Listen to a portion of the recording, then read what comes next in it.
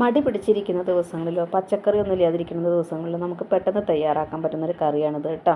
അപ്പോൾ ഇതിലേക്ക് ഒരു സബോള നീളത്തിൽ അരിഞ്ഞത്, കുറച്ച് കറിവേപ്പില, 2 പച്ചമുളക് നീളത്തിൽ കീറിയത്, ചെറിയ ഉള്ളി ചെറുതായി അരിഞ്ഞത്, വെളുത്തുള്ളി ചതച്ചത്, ഇതെല്ലാം ആദ്യം നമുക്ക് തയ്യാറാക്കി വയ്ക്കാം.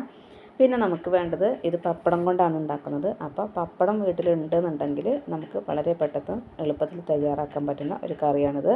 അപ്പോൾ അതേ ചീഞ്ചട്ടി അടുപ്പത്ത് വെച്ച് എണ്ണ ഒഴിച്ച് ചൂടായപ്പോൾ പപ്പടം നമ്മൾ ചെറിയ കഷ്ണങ്ങളാക്കി വറുത്തെടുക്കുകയാണ്. അതിൻ്റെ ആകൃതി ഇതൊന്നും നമ്മൾ നോക്കേണ്ട ആവശ്യമില്ല.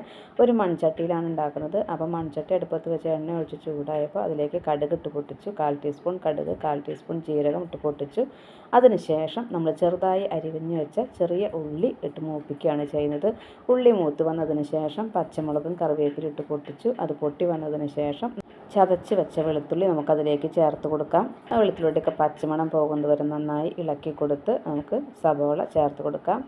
ആ സബോള ചേർത്ത് കൊടുത്തതിന് ശേഷം നമുക്ക് അതിലേക്ക് ഉപ്പും ചേർത്ത്, പിന്നീട് നമ്മൾ അരിഞ്ഞു വെച്ച തക്കാളി, ചെറുതാണെങ്കിൽ 2 എടുക്കാം, വലുതാച്ച 1 മതി. ആ തക്കാളിയൊക്കെ നന്നായി വെന്തുടഞ്ഞ് വന്ന സമയത്ത് നമുക്കതിലേക്ക് പൊടികൾ ചേർത്ത് കൊടുക്കാം. മല്ലിപ്പൊടി, അതുപോലെ മുളക് പൊടി, പിന്നെ വേണ്ടത് നമുക്ക് ഒരു നുള്ളു മഞ്ഞൾപ്പൊടി, പിന്നെ ഗരം മസാല ഒരു നുള്ളാണ് ഇട്ട് കൊടുക്കുന്നത്, 1/4 ടീസ്പൂണോളം കേട്ടോ.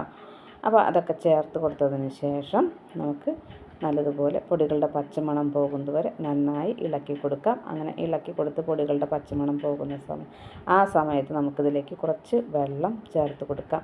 അപ്പോൾ കറിക്ക് ആവശ്യമായ രീതിയിൽ വെള്ളം എത്ര വേണമെന്ന് വെച്ചാൽ തിക്നെസ് അനുസരിച്ച് നിങ്ങൾ ചെയ്തോളൂ. അപ്പോൾ ഈ വെള്ളം അതിൽ ചേർത്തു. അപ്പോൾ നമ്മൾ ഉപ്പൊക്കെ നോക്കുക. ഉപ്പൊന്ന് പിന്നാക്കം നിന്നോട്ടെ, പപ്പടത്തിൽ ഉപ്പുണ്ടല്ലോ. നന്നായി തിളച്ച് വരുന്നുണ്ട്. ഈ സമയത്ത് നമ്മൾ പൊട്ടിച്ച് കാച്ചിയ പപ്പടം ഉണ്ടല്ലോ, ആ പപ്പടം അതിലേക്ക് ചേർത്ത് കൊടുക്കുക. തീ ഓഫാക്കുക. കുറച്ച് കറിവേപ്പില ഇട്ട് കൊടുക്കുക. അടിപൊളി പപ്പടം കറിയാണ്. ഉണ്ടാക്കാത്തവരുണ്ട്, ഉണ്ടാക്കി നോക്കൂ കേട്ടോ. നിങ്ങൾക്ക് ഇഷ്ടമായോ? എനിക്കിഷ്ടമായി കേട്ടോ.